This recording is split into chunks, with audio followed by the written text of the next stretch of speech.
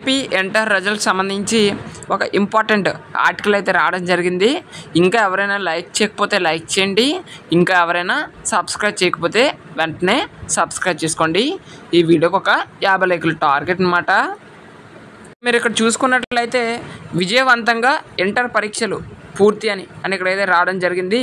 So మీరు ఇక్కడ చూసుకున్నట్లయితే లాస్ట్ పాయింట్లో ఇప్పటికే పరీక్షా పత్రాల పేపర్ కరెక్షన్ ప్రక్రియ జరుగుతుంది.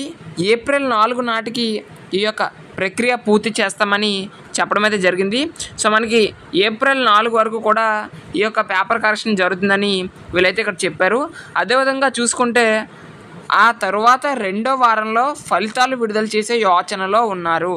అంటే మనకి ఏప్రిల్ 2nd వీక్లో రిజల్ట్స్ రిలీజ్ చేసే యోచనలో ఇంటర్ బోర్డు ఉంది అనేది ఇక్కడ క్లియర్గా చెప్పడం జరిగింది.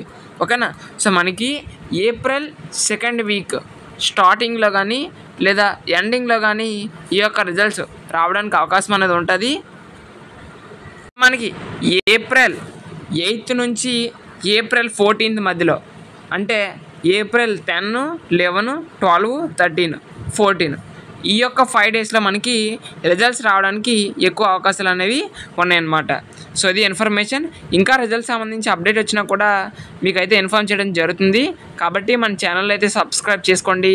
Thanks for watching this video.